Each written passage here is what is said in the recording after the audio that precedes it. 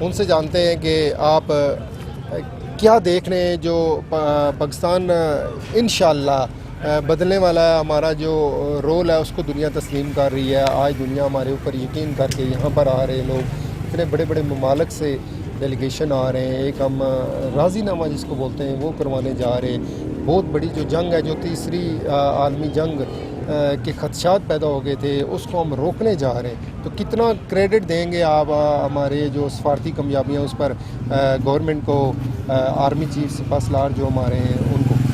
بسم اللہ الرحمن الرحیم. جی ماشاءاللہ جی, بہت اچھا آپ نے سوال کیا ہے. بہت بہت بہت ماشاءاللہ اچھی بات ہے. ہم اس حوالے سے بہت خوش ہیں کہ لڑائی جھگڑے نہیں ہونے چاہیے, اور پاکستان بہت بڑا ثالثی کردار ادا کر رہا ہے. اور سب سے بڑی بات, ہمارے پڑوس ممالک میں اس ٹائم ماتم بچھی ہوئی ہے, اور انڈیا میں ماتم بچھی ہوئی ہے کہ پاکستان یہ کیا کروانے جا رہا ہے. الحمدللہ ہم اپنے پاکستان کے ساتھ ہیں, افواج پاکستان کے ساتھ ہیں, کہ بہت بڑا رول پلے ادا کر رہے ہیں. کہ یہ جنگ جب ہوتی ہے تو بہت نقصان ہوتے ہیں, اس میں ہر ممالک کو نقصان ہوتا ہے, اور یہ سب اللہ کا فضل ہے, کرم ہے کہ یہ سیرا پاکستان کے سر سجے گا اگر یہ ہوا. الحمدللہ ہمیں امید ہے کہ انشاءاللہ ہم تو کوشش کر رہے ہیں نا, انشاءاللہ ہوگا. جی انشاءاللہ ہماری افواج پاکستان کی, ہمارے جو پاکستان کے لیڈران ہیں ان کی کوشش ہے کہ پرامن طریقے سے یہ راضی نامہ ہو جائے. گورنمنٹ ہے وہ بہت بڑا کردار ادا کر رہی ہے, ہم اپنی فوج کے ساتھ ہیں. پاکستان زندہ آباد, فوج پائیدار. آپ کیا کہیں گے جی, آج آپ کتنے خوش ہیں؟ آپ نے اپنی زندگی میں دیکھا ہوگا, لڑائیاں بھی دیکھی ہیں, ہمارے ملک میں دہشت گردی بھی رہی ہے. آج ہم امن کی بات کر رہے ہیں, آج ہم امن کی آشا یہاں پر جل رہی ہے. یہاں پر دنیا سے جو ممالک کے بڑے بڑے, امریکہ یورپ سے لوگ یہاں پر آ رہے ہیں. تو آج آپ کو لگ رہا ہے کہ آپ کا سینہ چوڑا ہو گیا؟ اصل ہماری خوشی یہی ہے کہ یہ پاکستان فیصلہ کروا رہا ہے, سب سے بڑی بات یہ ہے. ٹھیک ہے نا, بقایا جو ممالک ہیں نا وہ دیکھتے ہی رہ گئے ہیں.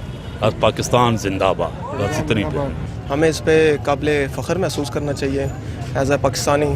تو یہ ہمارے لیے بہت اچھی بات ہے کہ ان کے مذاکرات جو ہے نا پاکستان میں ہو رہے ہیں اور ہمارے دارالحکومت اسلام آباد میں ہو رہے ہیں. یہ بڑی زبردست بات ہے, اس سے بڑی بات نہیں ہمارے لیے. اچھا, جب آپ چھوٹے تھے تو آپ نے موبائلوں کے اندر, جب موبائل آ گیا تھا تو ہمارے ملک میں چونکہ دہشت گردی بڑی تھی, دھماکے ہوتے تھے, ہمارا دشمن ملک ہے وہ ہمارے ملک میں بڑی مداخلت کرتا تھا.